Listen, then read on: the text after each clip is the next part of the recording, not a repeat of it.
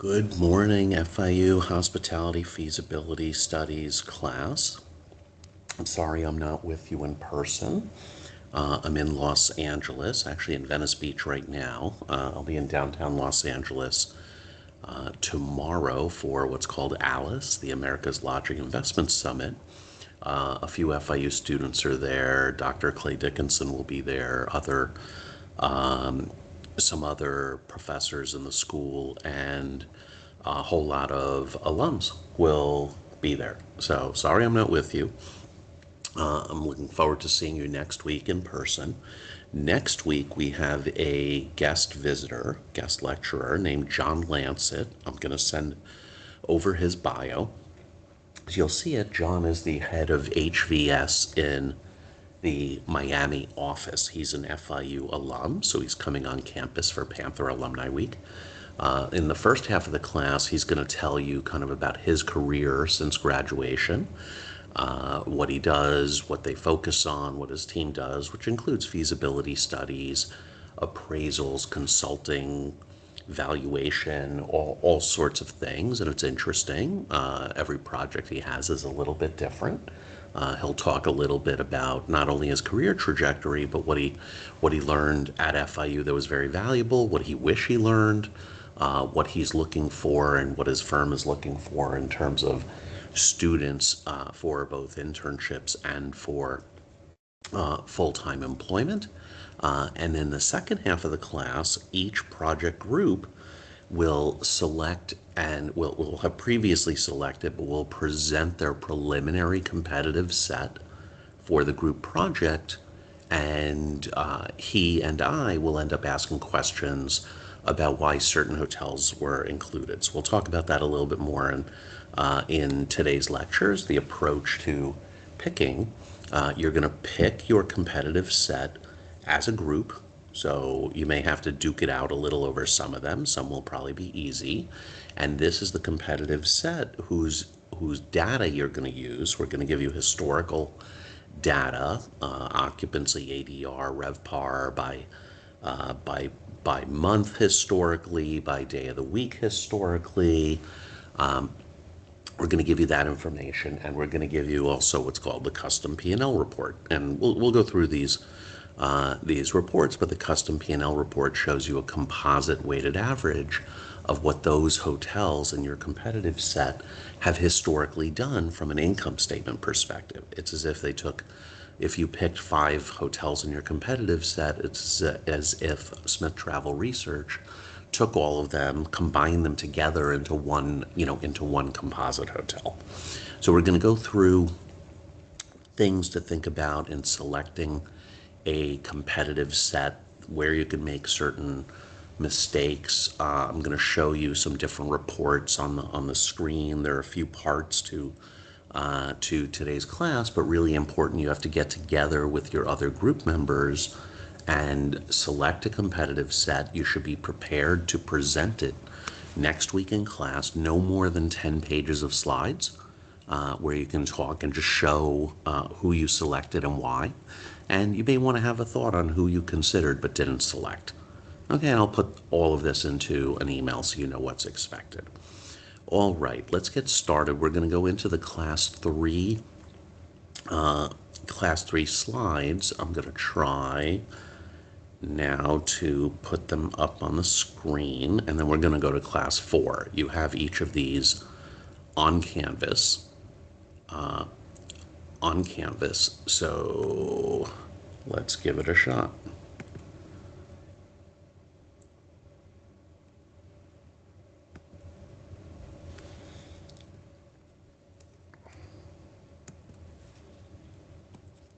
Okay, now you should be seeing the screen with the class 3 slides. So important to understand what's going on in the broader market. What markets and submarkets are going to perform better and worse? When people talk about the Miami market, that includes many submarkets. That includes downtown Miami. Sometimes downtown Miami includes Brickell. Brickell is where your group project is. It could mean Miami Beach, it could be North Miami Beach, it could be Miami Gardens. When someone says Miami, that can mean a lot of different things. You want to zero in on what market you're talking about and what sub-market you're talking about. Then, what's the product type, right? So we have a canopy. Is a canopy limited service or full service? Is it branded or not branded? And we're going to get into what amenities does it have? Do the amenities match the needs and uses of the surrounding neighborhood? So if you built a hotel with, or if you were considering building a hotel with a lot of meeting space, with big ballrooms and a lot of breakout meeting rooms in an area that doesn't have any corporate offices and is not a high-end leisure destination, no one's going to come and use that meeting space, right? So it'll be a silly approach to it. And then what's a good site? What's a good site differs based on what the product is. You know, a good site could be close to public transportation. Usually, a good site for a full service hotel is either in or very close to significant commercial demand, like office buildings and commerce, or leisure, right? And so that might mean a resort market or a leisure town or city. So you have to think about, is our site good, our project site, and what is it good for? Okay, so location analysis, what makes it an attractive site? Now, from not from a customer perspective, but from an operations perspective, is there labor nearby, right? If you build a 100-room hotel, 200-room hotel, 300-room hotel, you need staff. You need people to run the front desk, to run the restaurant, to clean the rooms, to do sales and marketing. You need engineers. So where are they coming from? If they're coming from quite far away, right, that might be a tougher site from which to recruit. It might be tougher to keep people because they may find other jobs that are far closer to home and much easier. And then how are your employees coming? Are they coming mostly by automobile or by public transportation? So understanding what the labor market nearby looks like is important. If you're coming into a market that is almost no hotels, there will be very few people that are trained in hospitality. Is that, is that the reason not to build something? No, they might be trained and be working in, in senior care homes. They might be working in hospitals. They might be working in restaurants or banquet halls. So things that are somewhat comparable, but it's an important factor. And then as a result of what the labor pool looks like, how competitive the local labor market is, what human resources, labor costs, and benefits are they going to be, right? Hiring people, hiring staff for a hotel is based on supply and demand, right? And if others in the market are paying higher wages and you want to pay lower wages, you're either not going to get people or you're going to get the worst employees. Similarly, if you want to pay at the top of the market, right, you have extra expenses, right? And will your revenue support that? So, what's the transportation access? That's important both for employees but also for guests, right? How do guests get there, right? How many are coming by bus, by train, by airplane? How many are driving from elsewhere? And it varies by market and it varies by time of the year. So if you think about the Miami market, there's less leisure tourism,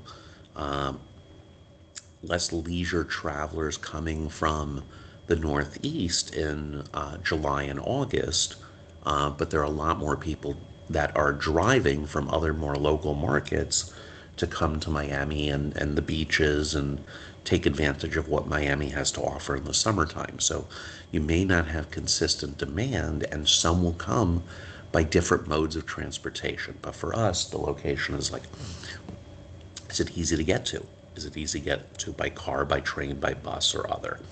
And then what are the risks and advantages associated with the local area that you're in. What else is going on in the area?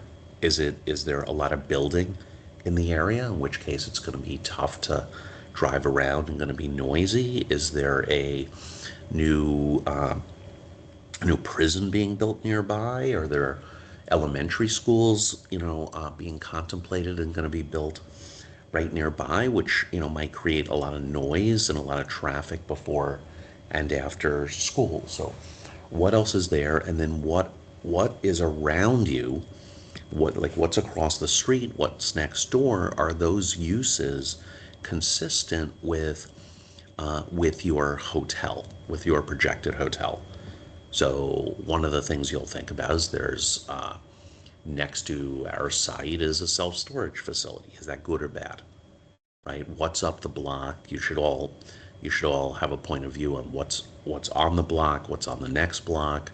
How close are you to the highway? Do you hear the highway? Do you see the highway? How close are you to Brickell City Center and other kind of both leisure and corporate attractions in Brickell?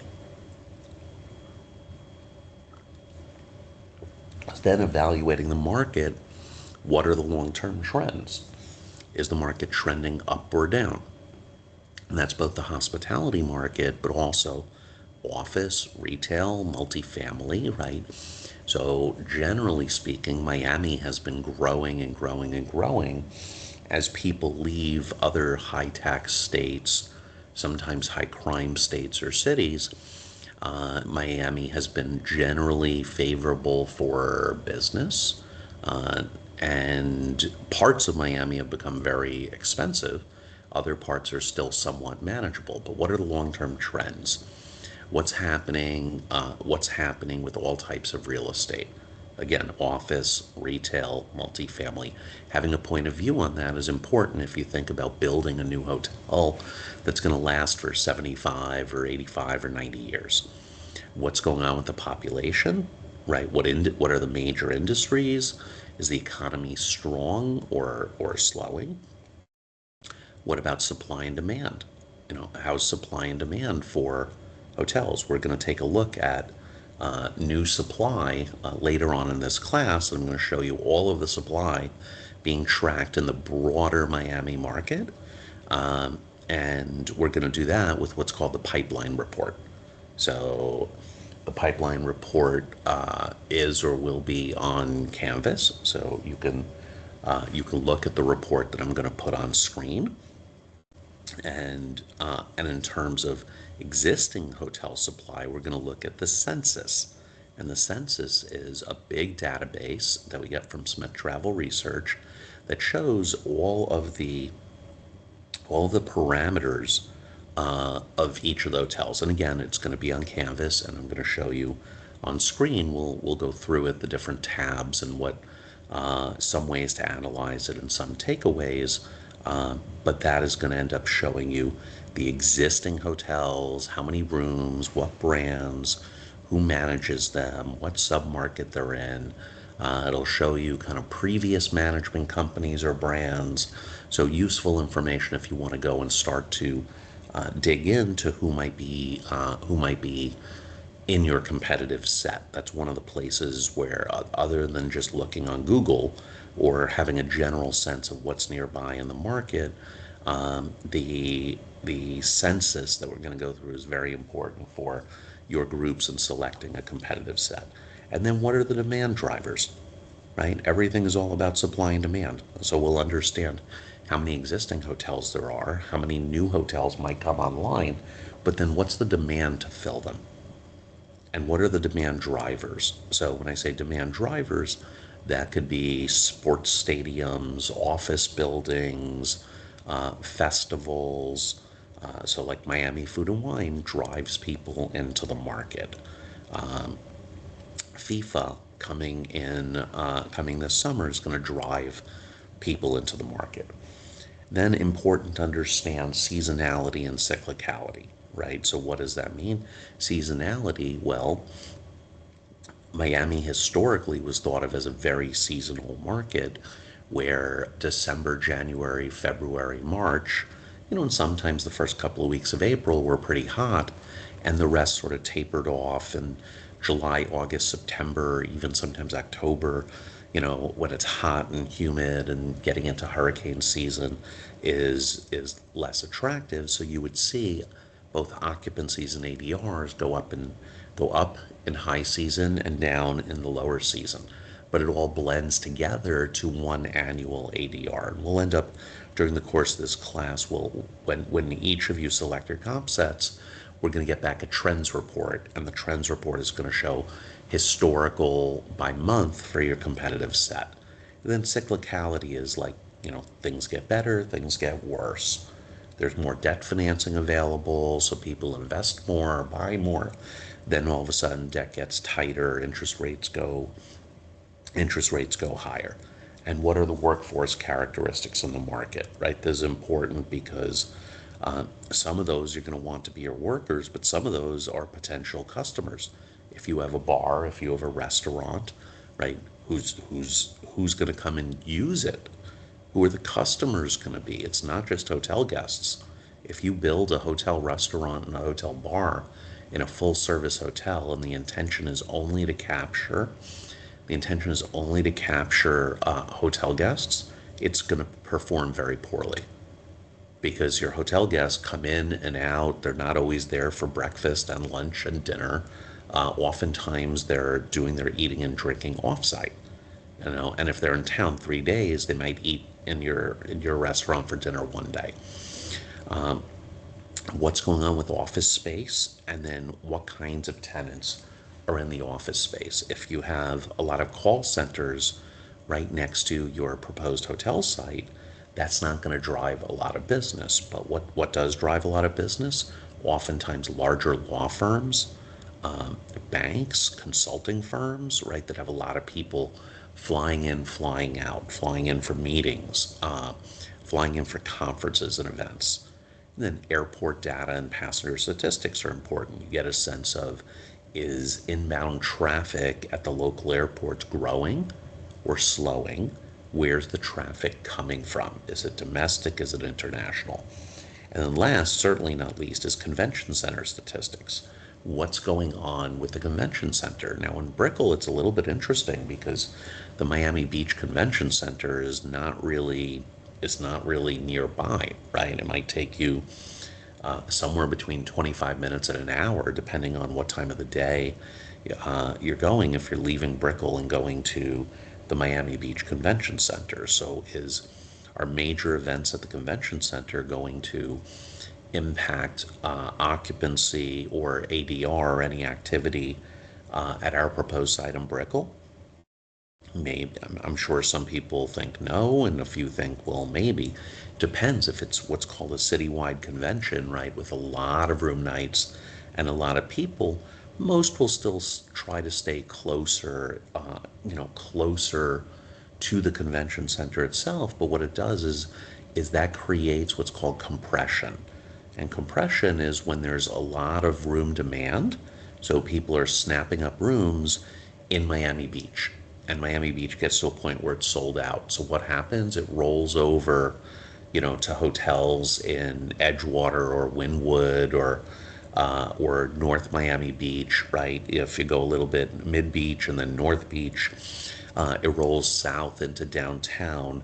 So in the broader market, there's less rooms available, which helps everyone. So while you might not have a lot of people that are attending whatever big convention, if there's big convention activity in the market, it will help most hotels indirectly.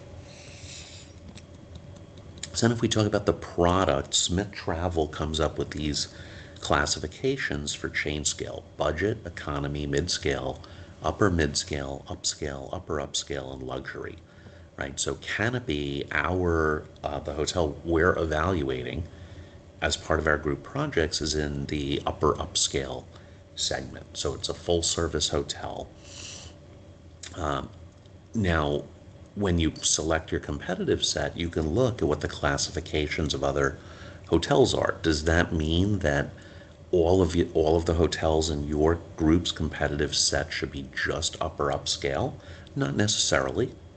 but you should have a real sense of why you're including something in the luxury sector or something in the upscale or upper mid-scale sector, because from a chain scale perspective, in terms of what the product they're supposed to be, they're not directly competitive. And then in thinking about product, right, you could have boutique hotels, resort hotels, suite hotels, all inclusive, limited service, full service. We have a lot of terminology, right? And a lot of things blend. So there are what are traditionally limited service hotels now, that in an urban area like Brickell have a big rooftop bar, a big restaurants. They may be operated or they may be leased out. They may have two restaurants and a bar in the building, which most other branded hotels in non-urban markets wouldn't have. Important to understand the building program. So do you have a restaurant? And if so, how many seats, how many square feet? Do you have a bar? Oh, sorry, back on the restaurant. Is it 3 meal a day? Breakfast, lunch, dinner. You have a bar. Where is it? How many seats? Do you have a pool? Is it indoor or outdoor? Do you have a spa? What kind of meeting space? Do you have a ballroom space? Do you have a lot of space, a little space? Are there any resort-like facilities? So we're not a resort in our location in Brickell, but you could have a property with with a lot of golf, with other fitness activities. And then what about parking? Do you have parking? How much? Is it in the building, under the building, nearby? Is it valet? Is it owner operated? Okay, let's scroll to the next page. Oh, and branding. Hard branding and soft branding. Hard branding is a Marriott, a Hilton, a DoubleTree. Soft branding is an Autograph, which is within the Marriott system, but every Autograph has a different name. And a lot of them have a different feel and touch and different design. A Tribute, Luxury Collection, those are Marriott soft brands. Hilton has a soft brand full service called Curio, one called Tapestry, and one called LXR. And this allows hotels and hoteliers and developers and owners and operators to be in the big brand system, but with a hotel that doesn't look or feel exactly like a Marriott or a Hilton or a DoubleTree. And you have to evaluate the benefits and the costs of branding, right? So we're going to spend more time on this later on in the semester. It was in, I think it was in last week's slides, but we didn't really get to it. Or 2 weeks ago, the slides, last class, in terms of the franchise agreement, what all the costs are, what all the fees are, and what it means, because to affiliate with Marriott or Hilton, is going to cost about 12 or 13% of your room's revenue. And it might be more of your F&B revenue, but it's also going to require you to spend certain amounts of money and operate with certain brand standards, all of which have cost, right? So the benefit of that is you're in their reservation system, you're on their app, you're in their marketing programs, whole lot of things that are good and useful and productive, but it's costly. Okay. I'm sorry, I have things popping up on my screen. In terms of site analysis, important to understand the physical attributes of the site. How big is it? Does it look square? Does it have a lot of street frontage? Is it rectangular? What kind of soil is there? Now, for purposes of this class, you don't need to get into that, but most developers need to figure out what's in and under the dirt. Is there rock? Is there water? Right? How easy will it be to excavate and pour foundation? What sort of easements there are? An easement is a right granted to someone else to either use or come upon the space. So easements are generally granted to the utility companies. So there might be electric lines running running through the property. There might be water or sewer lines running through or under the property. All of that is important. All of that is important to understand. And then utilities. How easy is it going to be to get your utilities set up at the property, right? Are you far away from everything else, or is it relatively easy for the local electric company to extend power to your building? Same thing with water, same thing with gas and sewer. Zoning, what's the buildable square footage? What's the FAR, which means floor area ratio? What are the zoning requirements? Are there height restrictions, parking requirements, licensing and permits? In various areas of Miami, there are a whole bunch of issues with height restrictions because of the FAA and the height at which planes fly into and out of Miami Airport. It will not be critical for all of you to understand the utility access and the zoning, but important just to understand the concept.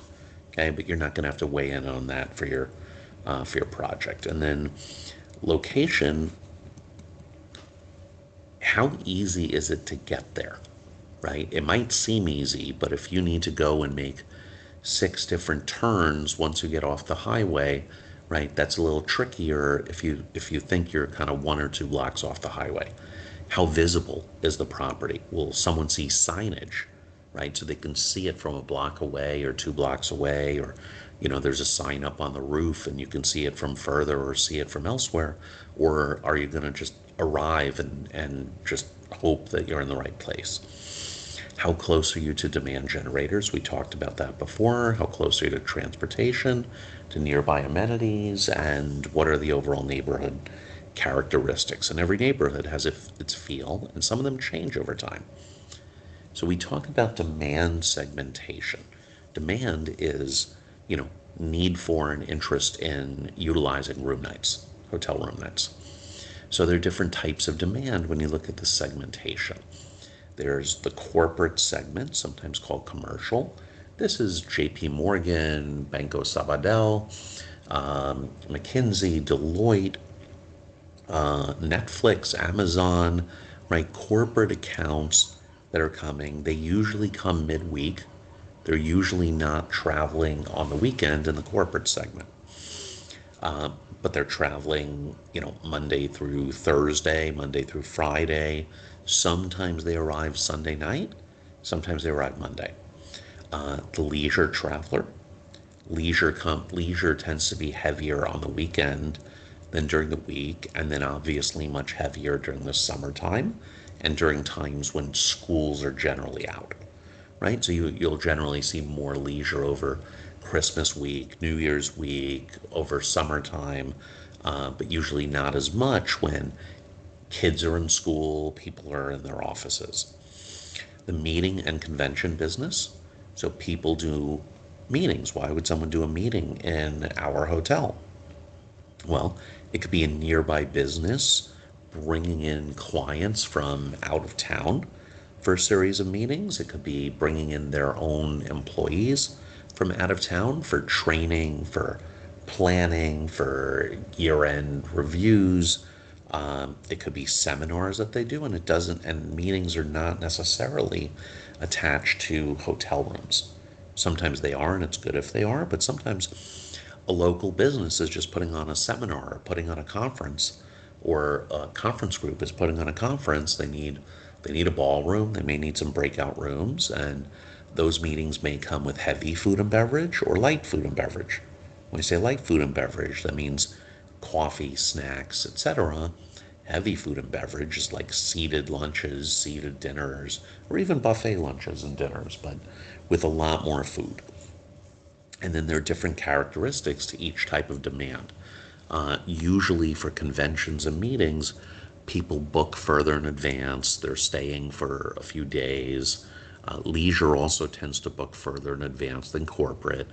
Corporate usually pays or is willing to pay the highest rate because they're coming in, they're on an expense account. On leisure, you're kind of on your own, you're on your own dime. So there are different characteristics to each type of demand, and the demand segmentation changes again, by weekday or weekend and by time of the year. So corporate demand in Miami Beach might look different in January than it does in July. Leisure will look different in January than it does in July. So let's talk about supply. What is the existing supply? Right? Very important thing about building something new. And by the way, this stuff we're talking about applies not just to hotels, but if you were going to develop a multifamily apartment building or an office building, right? Or you wanted to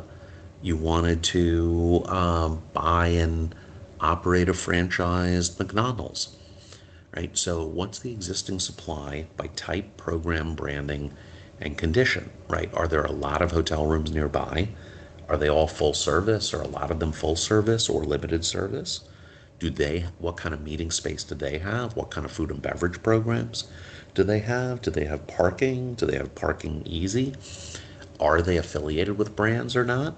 And then what condition are they in? Are they in good condition? Are they kind of beat down and old? And if you're looking at a whole competitive set or a whole area, some might be in great condition and new, some might be much older. Okay, then competitiveness of the existing supply. So your developers generally believe, they're very optimistic and they think their product is by far the best. So they're always going to be a little bit optimistic. If you're not, it's very difficult to be a developer. But you have to take a semi-realistic view of how competitive your product is going to be with existing supply of hotels, right? So are you are you going to be at a higher price point? Are you going to be at a higher quality level with your rooms, with your meeting space? And then same thing, how competitive will you be with other new supply?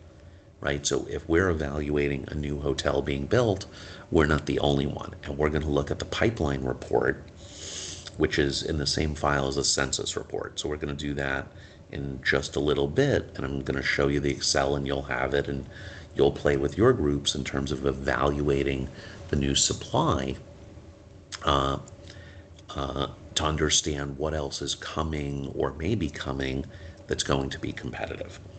So operating performance of existing supply. How do you get the operating performance? Well, we're going to get data from Smith Travel Research. So you can get some information on the overall market, but if you just go online and try to find out what you can book a room for, that's going to tell you what the hotel's willing to sell you a room for at that time, on that specific day. It doesn't tell you what's going on for the entire year because you don't know if they've already sold 80 or 85% of the rooms in the property, whether to groups or corporate accounts or people booking on leisure or OTA, right? Expedia, booking.com, where people booked the rooms and there's only a little bit left. What's the impact of franchising on supply and on new supply? And then how likelihood is the new supply in the pipeline? So there's a pipeline, and some of the pipeline never gets built. Why? Because it starts to get tracked by Smith Travel Research and several other research firms as soon as there's a news article saying someone's planning a hotel. They track all of the municipal filings. So if someone files some sort of plans and asks for a hearing, and they get to a public hearing, there's public information about it. So what we're going to see in the pipeline file from Smith Travel Research is they're going to classify things as different status. Some is going to be, under construction. Some will be final planning. Some will be in planning.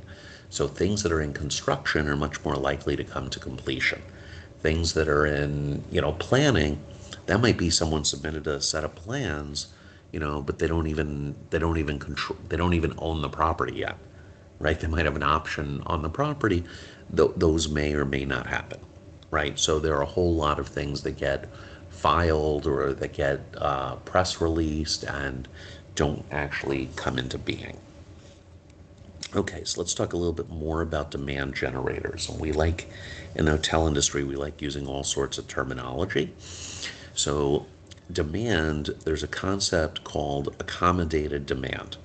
What does that mean? That means the demand that's met by or accommodated by the market. So, that's the number of rooms in the market times occupancy in the market, right? Times whatever the market segmentation is, times 365 for 365 days of the year.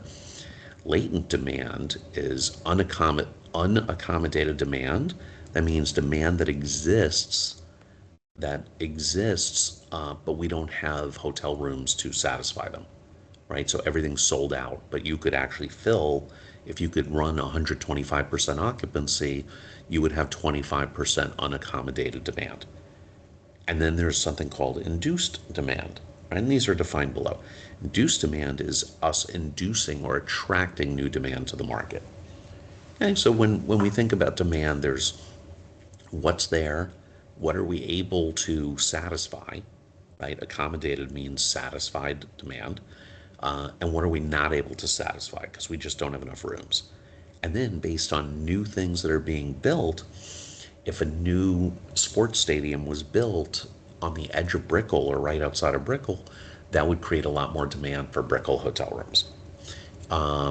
Same thing. If a new office complex with 10 buildings was built and tenanted with, high end, tenanted and occupied with high end financial services firms and law firms, whatever, that would create more demand for rooms in Brickell. Now, building a hotel can actually induce demand, right? If we build a hotel and create more meeting space, we have a good sized ballroom or junior ballroom, other meeting space, we can actually use that to drive business into both the market and our hotel because we're going to have a sales and marketing team out selling it. We're going to spend money on marketing, and on sales teams to go and push that. So inducing demand is creating demand on our own, right? Ability to move customers from somewhere to us and get new customers.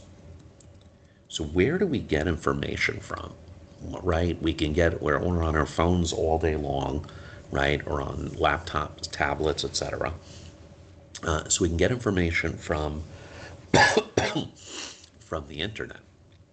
You as a class have something that when I was in school certainly didn't have, and that is ChatGPT and you know, similar AI tools where you can actually ask ChatGPT or Perplexity or others to identify comparable properties, but what it's going to do is it's going to go and it's going to grab information off the internet, and some of the information it's going to grab is promotional material from the owners or operators or brands of those hotels. So it may give you a directional feeling, but it may very well select hotels you know, that are not as good as their marketing is. So, but ChatGPT is a very good tool to try and identify what's out there, just doing normal search on the internet. Smith Travel Research is a very good source of information used throughout the industry. There's some others. You can order data from CBRE and and some other firms, but Smith Travel Research is the biggest and the go-to. You can subscribe to CoStar and get even more detailed data, both on hotels and other asset classes. You can get information from the local convention bureau, right? Information on what's happening, what's coming in, what's coming out. There's no substitute for talking to people and what's called pounding the pavement. That means walking around because, again, things online might very well be advertised, right, or promoted in a way where you're going to read it and say, wow, that sounds really fancy. But I'm sure everyone listening here, and hopefully you're still listening, has gotten to a point where they scratch their heads and they say, well, this was supposed to be a luxurious premium experience and like it kind of sucks donkey ass. Like why, you know, why would anyone like this? So there's a difference between, what's marketed online or what's presented online and reality. So that's how we end up getting information, right? And there are other tools that there are other tools that you can use, but basically there's nothing super mysterious or super complicated about it. Okay, so I'm going to stop sharing this set of slides 3, and we're going to go to class 4 slides, which are also available on Canvas. So let me try and do that. Share window, class 4. So hopefully you can see the class 4 slides that are up on the screen. We're gonna go through these. We're gonna go fast through some of them because then I want to get to the point where I show you the reports. Okay, so supply.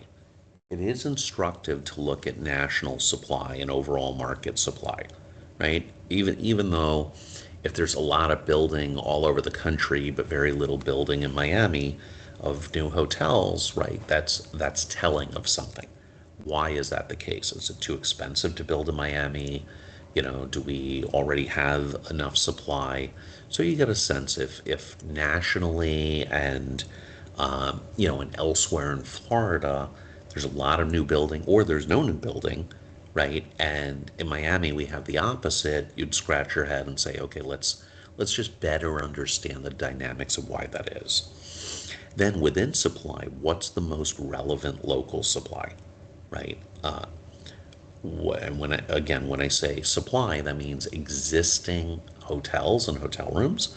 New supply means new developments that don't exist yet, right? That could be planned, that could be under construction, or even you think something is going to come in the future. So within the local supply, which properties are most competitive? And some of this is objective, some of it is subjective, right? People have different ideas, and I'm pretty sure that each of you as groups are going to come up with some variation in who should be in your comp set. Okay. What are the issues with projecting new supply?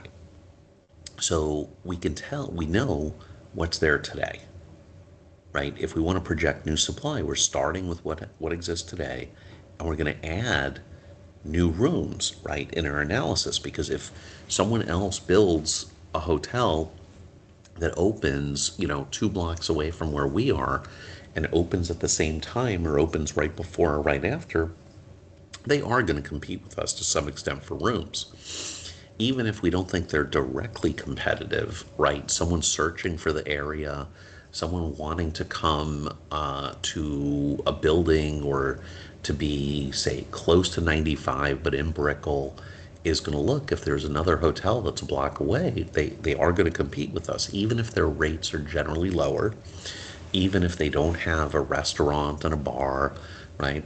For some customers, we're going to compete with them.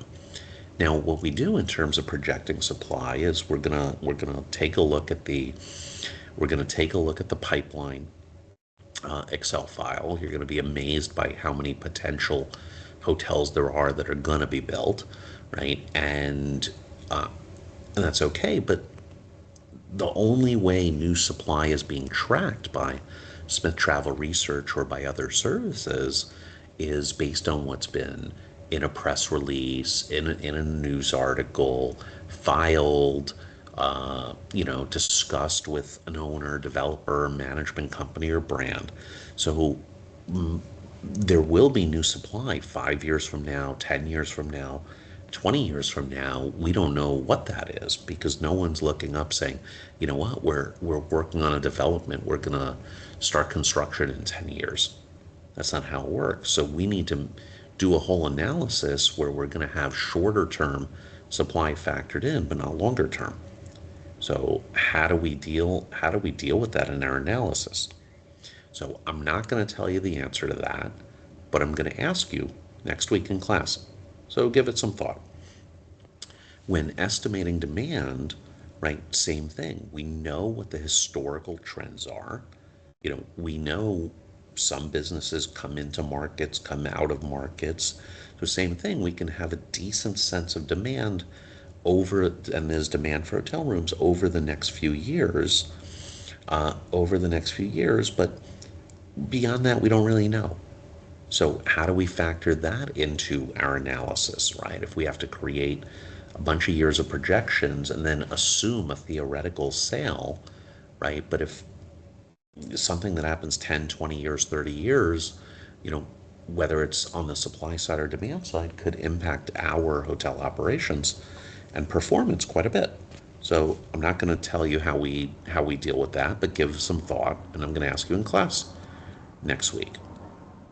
But as a generalization, most feasibility studies increase demand, right, because they assume growth while they only really factor in supply for a little bit, right? So we have to think about how we get comfortable with that, because it seems like we're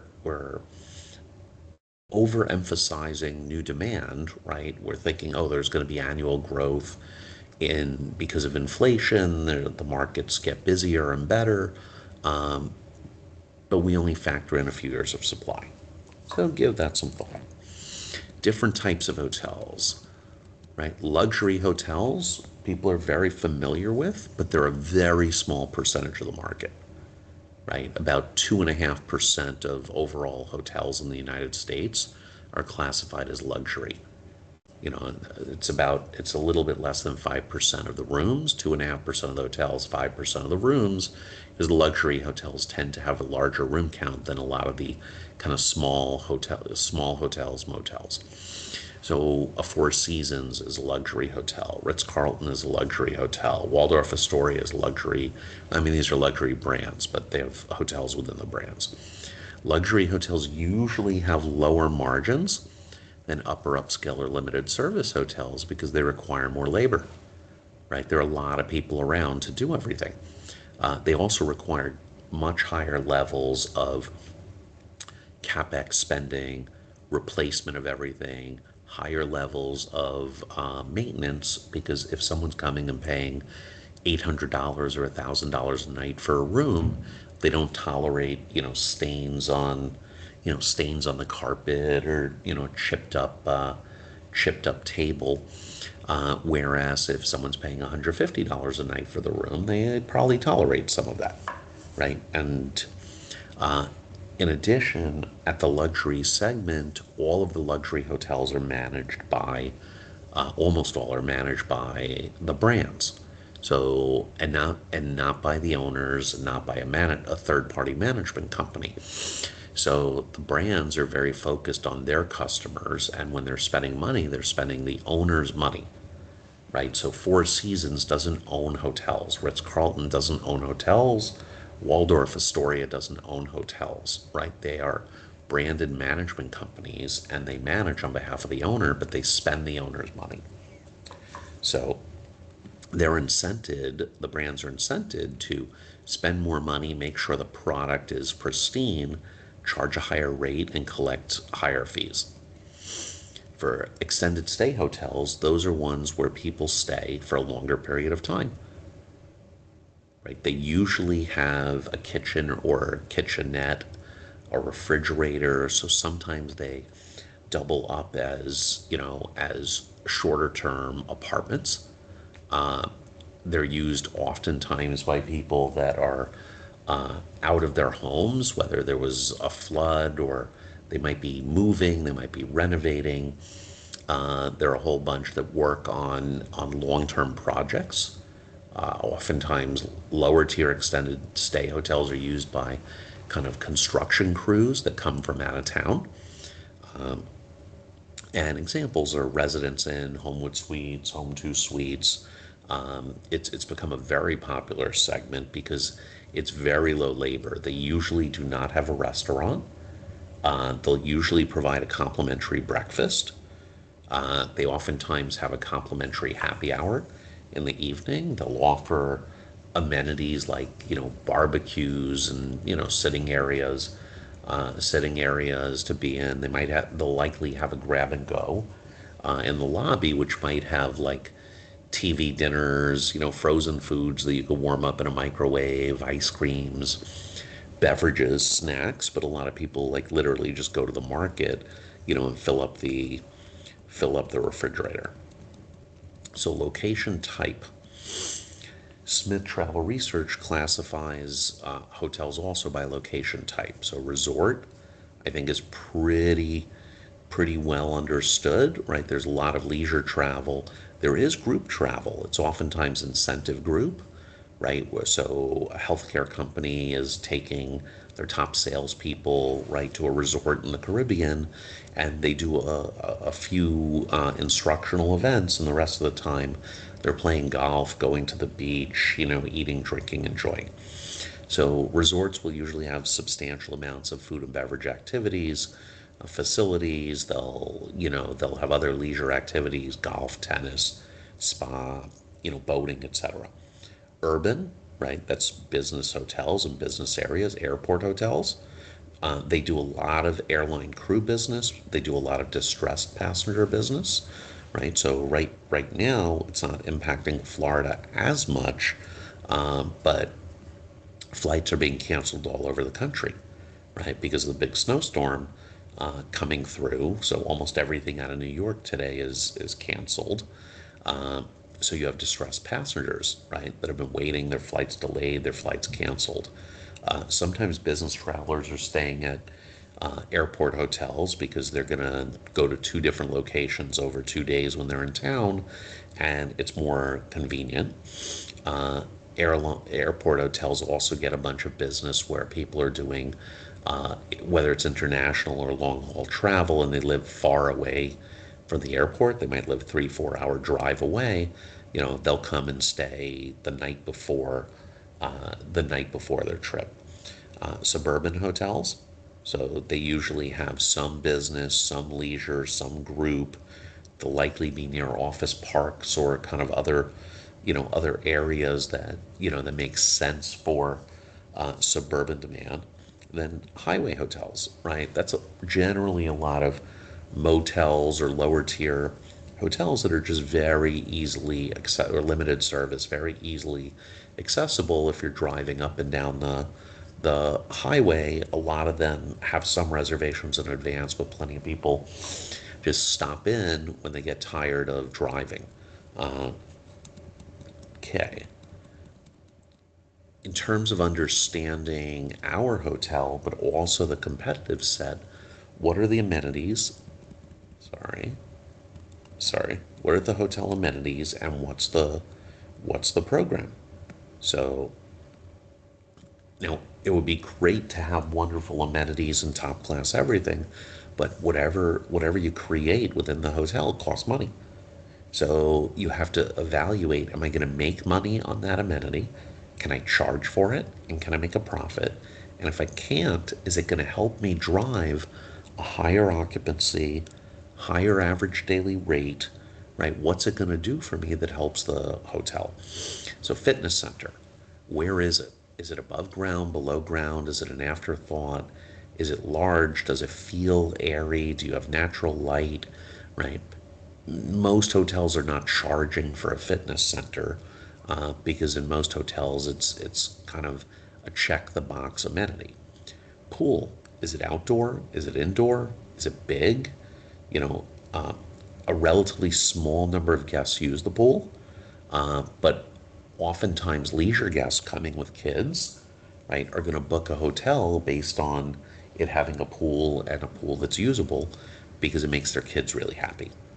So a business traveler isn't necessarily going to care about is there a pool or not, because they're in town for business and they're doing their things. Leisure, a family traveling on leisure might be coming in from out of town for, it might be social, they might be coming to a family member's wedding or some family event, or they might just be coming to market, but the kids are going to be generally very happy with the pool. Meeting space. Do the competitors and are you going to enjoy a ballroom?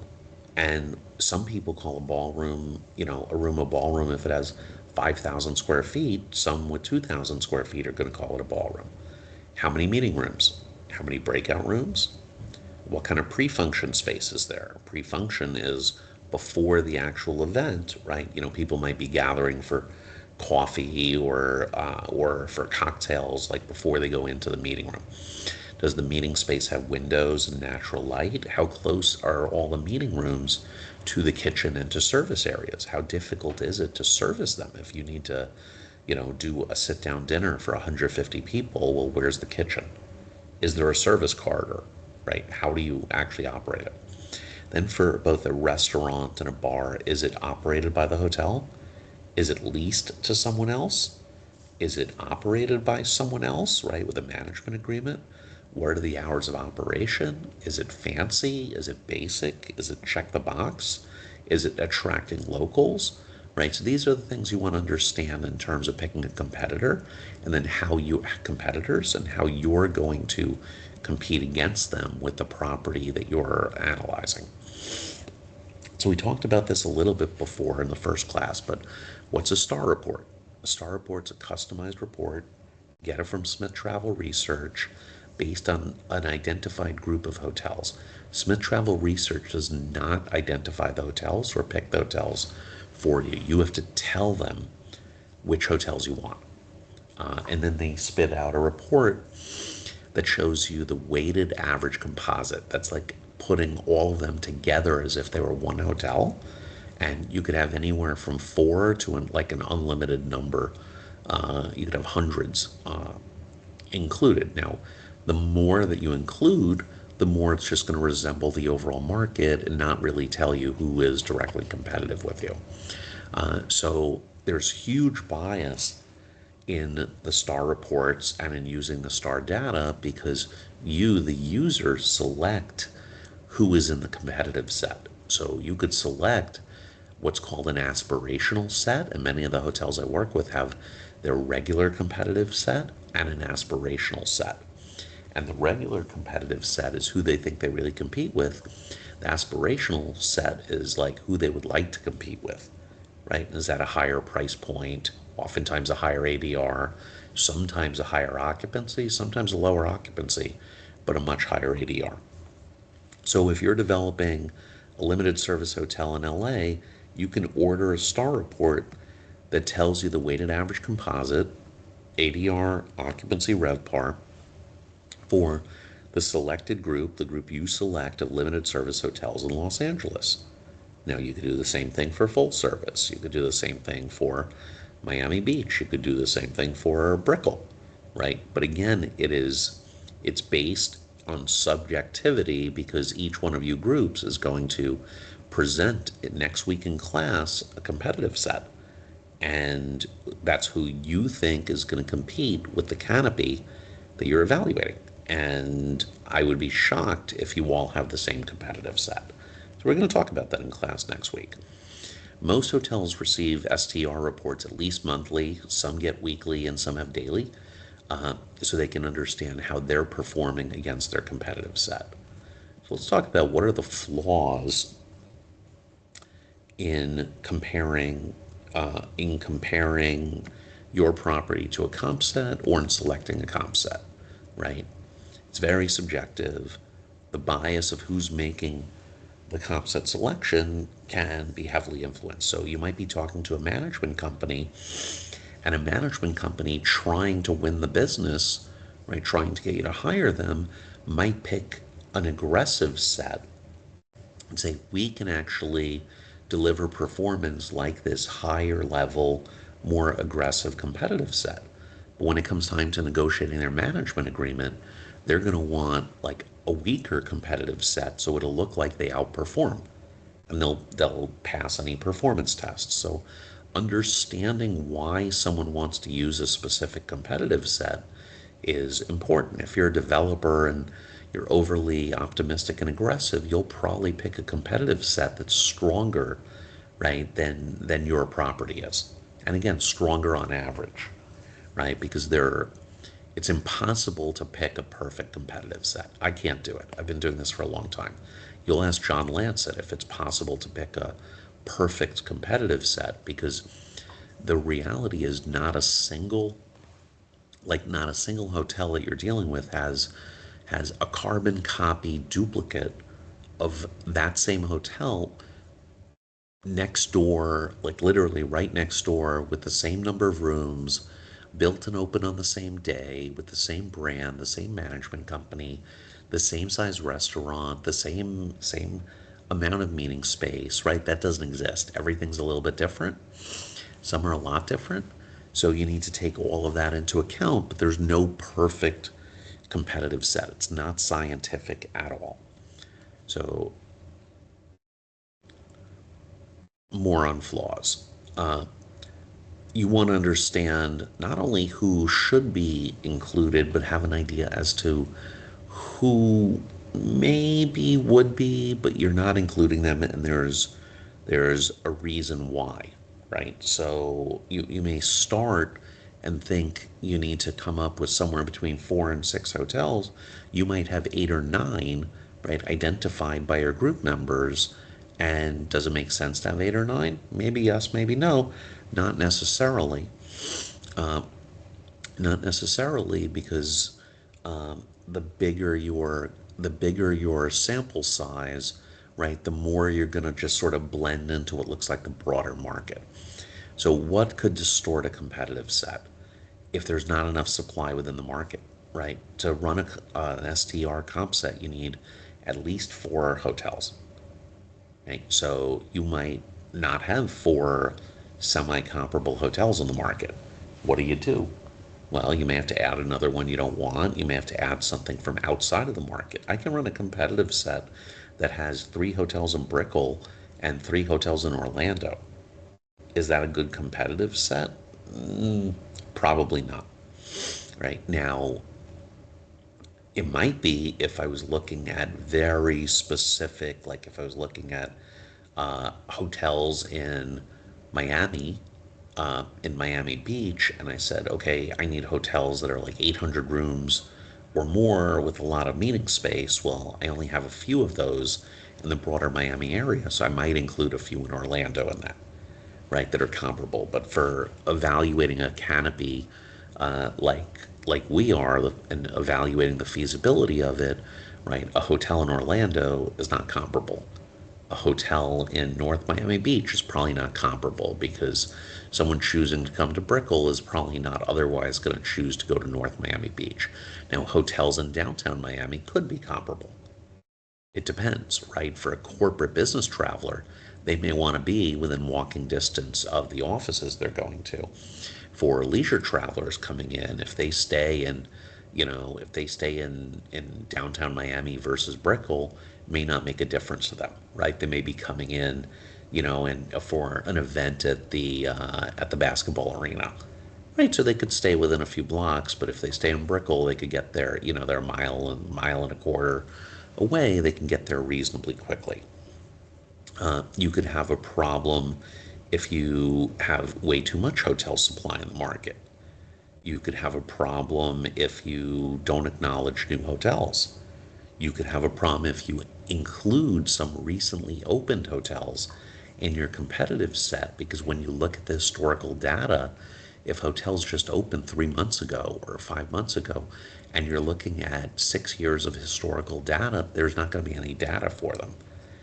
And then there's STR sufficiency guidelines. So STR has a whole series of rules, and there's a reading up on Canvas on the STR sufficiency guidelines, and how to pick a competitive set. And then how unique is the property that you have? Is it really going to compete with everyone else? So for us, for our project, we don't have to worry about that. But you could have a property that's very like one of a kind, themed a certain way, run a certain way, and it really just doesn't have comparables in the local area. Okay.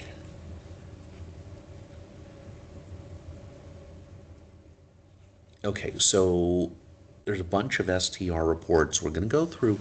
Today, we're going to talk about the census database and the pipeline summary because we'll otherwise run out of time. And I want to show you both, I want to talk about the reports, but also spend time showing them to you. So the census database, and we're going to go through this, then I'm going to pull up the Excel on screen. So we'll go through the actual one, and this is on Canvas, so you can pull it and, and look through it and debate it with your group project team members. So it basically shows you all the hotels and all the rooms. You can order it, which I did for the class. It shows you for every hotel the address, the number of rooms, how much meeting space, when the property opened, when it affiliated with a franchise, if it did, the chain scale, whether it's managed or independent manager franchised, the management company, contact information, owner information. So this is really good to understand the existing supply in the broader market. And someone like John Lancet, who you're going to see in class next week, will almost intuitively be able to point to the comp set should include this, this, this, and this. Maybe there's one or two others I'll include because he's done it and is so familiar with the market. If you're not so familiar with the market, one of the great tools is to start with this census report and weed out, right? Eliminate the things that are not relevant. So, as I said before, if you find things in North Miami Beach, that's not going to be competitive with what we have. Coral Gables is not going to be competitive with what we have. So you can eliminate a whole bunch of the items based on certain geographies. You can eliminate some based on the chain scale, right? So unless you think you're going to compete with luxury, you can eliminate all the luxury hotels. If you think you're going to compete with budget, okay. If you don't, you can eliminate all the budget hotels, right? So it's going to shrink it down to a universe that you can evaluate and say, do these make sense? So, and I'm going to show you that in the Excel in just a minute. So the census report can help you think about who you want to have in your comp set and who we're going to order trends reports and custom P&L reports on. It's going to help you think through evaluating their facilities, right? Once you come up with a smaller universe, once you've eliminated properties from the census report, you're going to be able to go online and say, oh, these are the ones we think may be competitive. Let's look at their facilities. Let's look at their programs. You might be looking at who the management companies are, right? If there are management companies that own many hotels, you might be reaching out to them and saying, "Hey, can you help us with some market research? We might hire you, to operate this. Let's talk about it."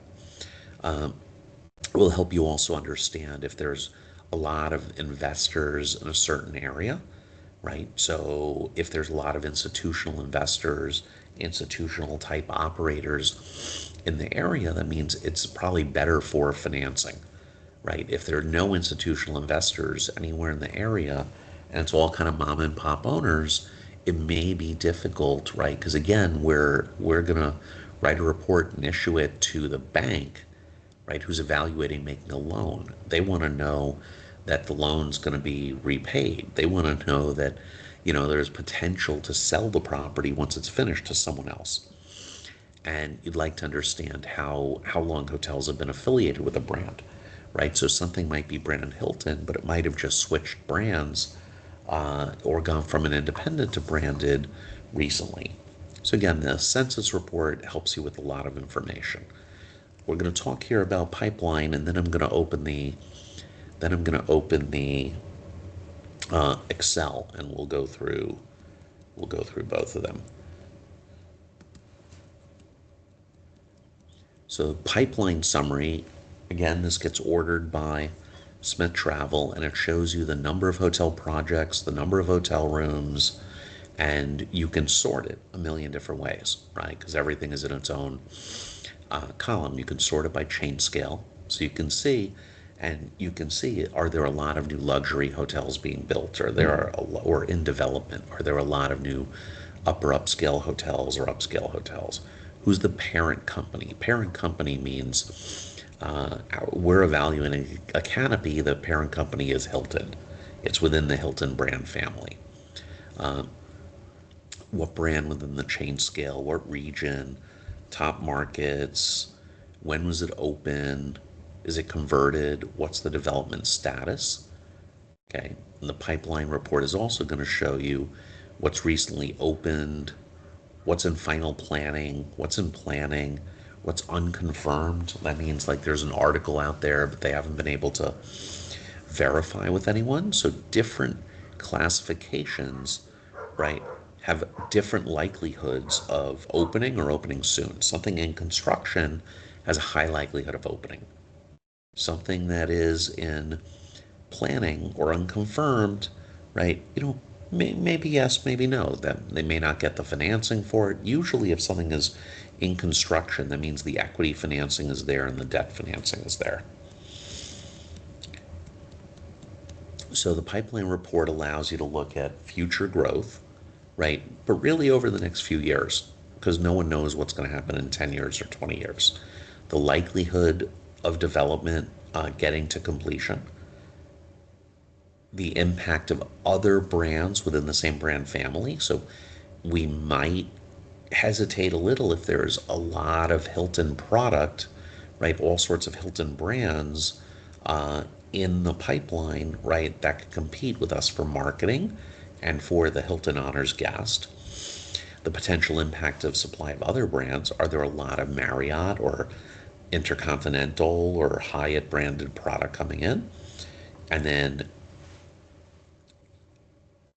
really understanding how far out the pipeline goes, because we don't know what's happening forever. So the rest of the pages in this set of class slides we're gonna deal with 2 weeks from now. So I'm gonna stop sharing this and I'm gonna put up the Excel file that has the census and that has the pipeline. It's 2 tabs. Okay, so let's find it. Miami census pipeline. Okay, so here's what it looks like. And I'm going to flip around a little bit in the Excel here, so try to follow, but what you may want to do is pull it up either while listening to this or after on your own. So you see here STR number. Every hotel is assigned a number by Smith Travel Research. So that way when someone says, oh, the Courtyard of Miami, there's not so much confusion, because if you look down here a few rows, there's the Courtyard of Miami Dadeland. But if I scroll down, or if I sort by alphabetical order, I'll find other courtyards that say Courtyard Miami something else, right? And of course, I'm not seeing it right now, but we can do that later. You could look. There's definitely more than one courtyard here. So if you're ordering reports, STR says give us the name of the hotel, but also the STR number. Gives you the address, so you can sort by address. Gives you the city. The state is, I asked for the Miami census, so this is only going to be Florida. And what I do when I get these is I take out the things that, just clog up the file for me. So what I would be doing in trying to whittle this down and identify who's in a potential competitive set, I would delete the column or hide the column that says state, the one that says country. Postal code is good because I can sort by postal code and see who's near me. Rooms, I can also sort by rooms, right? So there, if I sort by rooms from highest to lowest, and I find something with 371 rooms, that feels fairly large relative to what we have. If I keep going down, I'm going to find some hotels that are even larger than that, 442 rooms. So and similarly, anything that's 14 rooms or 47 rooms, anything that's less than 100 rooms is probably not going to be competitive.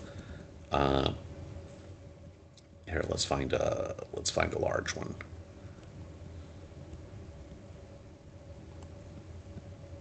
There's 652 rooms. Is the Intercontinental Miami. Is that going to be competitive with us? Maybe a little on the margin. The problem is if I put that hotel into the competitive set, it's going to overweight the results of the Intercontinental Miami because it's going to do a weighted average by rooms, by number of guest rooms. Similarly, if I put in the Miami Marriott Biscayne Bay with 605 rooms, right, it's going to give such a big weight to that. So while I may think, okay, I'm going to compete with some of them, with some of the guest rooms for that, well, I don't know if that's going to make for a good competitive set. So let's continue here. What continent, what subcontinent? It's the same thing because we're focused on Miami. I would delete or hide continent, subcontinent, region, and then I've got county. I've got Miami-Dade.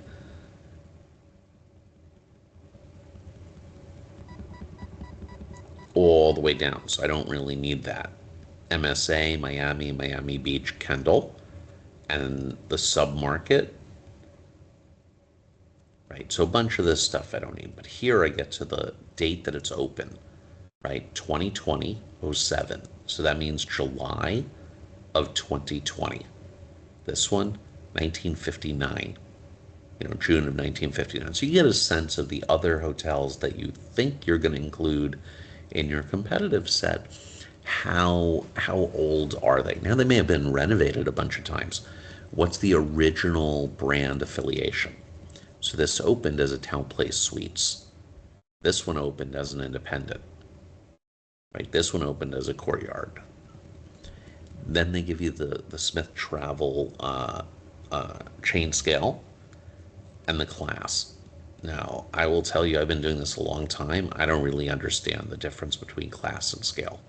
So I wouldn't worry that much about it, but I almost use them interchangeably. And you'll see here it says upper mid-scale, independent, economy. I don't really know. I think class they do just by dollar amount. But again, if there's something that shows up as luxury, you have to evaluate is like here are a few luxury hotels. Okay, here's two of them. What are they? The Bulgari Hotel, the Delano, right? The Delano Miami Beach. Are those going to be competitors of ours? Same thing, we're probably not going to compete with budget if we're a full service hotel. And then this tells you, is it branded affiliation? Is it branded? Is it independent? When was it affiliated? When did it become branded? Here's the phone number, the mailing address, right? So you can go and check it out. You can look it up on Google. You could see on Google Maps how far it is from you. How many floors? Is it a high rise or low? 9 floors, 6 floors, 5 floors. Indoor corridor, yes or no? So usually motels are considered they're outdoor corridor, which means you can enter from the street. You can enter a guest room from the street. Indoor means you can only enter a guest room from inside the hotel. Is there a restaurant? Yes or no? Is there a convention? Right? That means basically, is there like meeting space, ballroom space? Is there a conference space? Yes or no? What's the biggest meeting space? This is how many square feet. So if I look at the very first entry, it has 450 square feet as the largest meeting space and 450 total. But if I go down, I'll find some like this one here has 6,200 square feet, is the largest meeting room, 38,000 square feet total. Is it a resort? Yes or no, right? So for our site in Brickell, you can eliminate anything that's a resort. You can eliminate anything that's ski. You can see if any of the potential competitors have a spa. In our group project, we don't have a spa. So anything that, has a spa, you can remove. Golf, not applicable to us. Is it a boutique? Yes or no? Is it all suites? Does it have a casino? How's it operated? Franchised? Chain management means the brand is managing. Independent means there's no brand on it. Who's the parent company? Hilton, Choice, Marriott, right? Why do we care? Well, if there's a lot, we're evaluating Canopy. If there's a lot of Hilton branded product, we're going to be competing in the reservation system, right, against many other hotels. Okay. X affiliation. So this is when they were previously affiliated with another brand. When did that happen? They show you the last few. Who's the management company? Who's the owner? So you might find, some commonality in management company or an owner. Latitude and longitude I've never really used. Does it participate in the Daily Star, right? Meaning, does the property give their data to Smith Travel Research daily or monthly? Daily segmentation, right? So you might give your data but not break it out by group, transient, or leisure. I'm sorry, group, transient, or contract. Do they participate in monthly segmentation? Is the property open or closed? If it's closed, when? Is it closed for renovations? And then this last room drop, have there been reductions in rooms?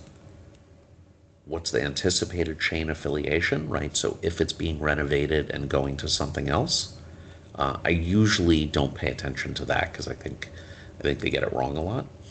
What was the former room count? So, if it changed rooms, right, how many rooms was it before? That means someone could be adding rooms or removing rooms. So this is the census report. Those are the various columns.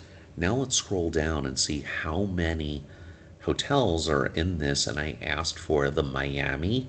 I asked Smith Travel for the Miami market. So they gave me the Miami census. So let's scroll down. Look, it keeps going and going and going, going and going. This includes all the luxury hotels. It includes all of the budget hotels and everything in between. So there are 635 rows. So if you had to evaluate 635 hotels, right, that's going to be a disaster. But again, you can go and you can immediately, right, you can immediately take out some of these, right? So these that are in Florida City, these that are in Homestead, not going to be competitive, right? Is stuff in Doral going to be competitive with Brickell? I don't think so. You might, right? So you can eliminate a whole bunch of you can eliminate things based on city. Are the properties in Sunny Isles going to be competitive? Probably not, right? Stuff in Surfside, probably not. It's quite far away, right? So most people are not going to select either Surfside or Brickell.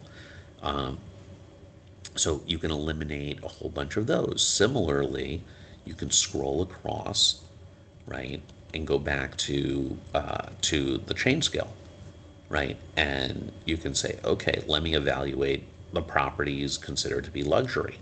And you can eliminate, if you want, you can eliminate all, if you don't think that's competitive, eliminate all luxury.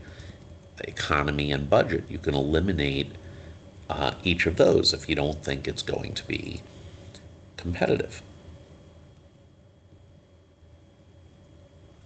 Right? So whole bunch of ways to kind of whittle this down. You also, if you remember, I'm sorry, I'll go back to the left. We looked at how many rooms, right? So here's rooms.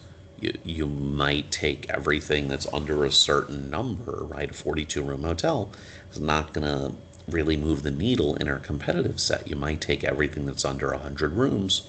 And I'm just talking out loud. It's up to you as groups to figure out what you want to use, but you might take everything under 100 rooms and eliminate that. You might take everything that's 400 rooms or higher and eliminate that. Maybe yes, maybe no. So that's the census. Let's talk about the pipeline, and then that will be the end of recording number one, kind of the equivalent of we're taking our 10-minute break in class. So pipeline, similar concept, but these are hotels that are identified, that are not yet open. So they have a project ID number. They may have a future Smith Travel number, but right now it's a project ID number, the project name, the address, the city, the state, obviously, right? I mean, so same thing if I'm looking at this, want to understand what competitive new supply is coming in the future pipeline, I would hide or delete state and country. Come across and look at room count, same thing. I would probably, look at these 46 rooms, 69 rooms, 44 rooms, probably not going to be very competitive. They say condo hotel, so if it's a condo hotel, room count, right? These are mostly kind of empty, which means they haven't done a good job in figuring out if any of them are condo hotels, non-rental residence, timeshare units. This one's important, projected opening date.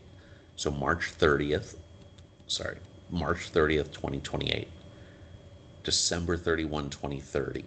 This one's 28, 27, 28, and you see next to it planning, planning, final planning, final planning. So this one is an example. If it's in final planning and they didn't break ground yet, they're saying they're going to open in July of next year, right? We're in 2026 already, which is amazing. They're going to open in July of 2027. Does that make any sense whatsoever? They're going to be able to go from final planning to in construction and open when typically it will take 2 to 3 years. That seems kind of unlikely. But one thing here that's interesting is you see almost nothing beyond 2028. There's this one in 2030, right? And then there's this one here that says January 1, 2040. That seems weird. That seems odd. But it says deferred. What does deferred mean? So this is DoubleTree by Hilton Miami Airport North. Deferred means this was announced, didn't get enough traction for some reason, right? But it's not really happening. And then this one, abandoned. So it still shows up here, but that means the developer or owner said, no, we're not doing this. The ones that are most likely to get done are called in construction. And again, Smith Travel gets these projected opening dates by talking to the developers, reading articles, sometimes sending people kind of once a quarter to go look at, in a market, to go look at construction sites and see if, it seems remotely possible that those are the right dates. But you'll see abandoned, deferred, right, unconfirmed. So there are a lot of things that are here in the development pipeline that are not in construction. Okay. Then affiliation name. So are they going to be independent? This one's going to be a Hilton Garden Inn. This one a Westin. This one a Holiday Inn Express. They tell you the chain scale, right? Some overview. Most of these don't have a lot of overview. A whole bunch of this is when they started construction or when they did the plans. Who's the management company? That's useful because you may end up wanting to talk to them about it. You for this class don't have to. What's the owner? What's the name of the owner? Right? It's a difference between the manager and the owner. So if I saw this, like I would say, I know the folks at Fontainebleau, I could talk to them. I know the folks at MCR, I could talk to them, right? And same thing here, I know the people at Hotel Equities, I could talk to them about it if I wanted to. Here I could call Hyatt and talk to them. So who's the developer, right? The developer might be the same as the owner, might be different, right? They might have a fee developer who's helping them, do it. Who's the architect? Who's the parent company? Again, condotel, yes or no. Is there a pool? Yes or no. Is there a restaurant? Is there a business center? Is there meeting space? Right? What's the largest meeting room? What's the total meeting space? Some of this will be blank because they don't know yet. This database gets updated on a daily basis based on new information they get. How many square feet is the project? right? What's the value? And sometimes they, they just pull that from news articles if they can. What county? What zip? What MSA? And again, latitude and longitude. So this helps you with new supply. And what you want to do is you want to evaluate and see, is there any new supply that's coming into the Brickell submarket or the downtown Miami submarket that's going to be competitive? That's what you want to know. Okay, so I'm going to stop sharing this, and this is going to be the end of the first part of this class. The second part will be only about 30 minutes. So stay tuned for part two.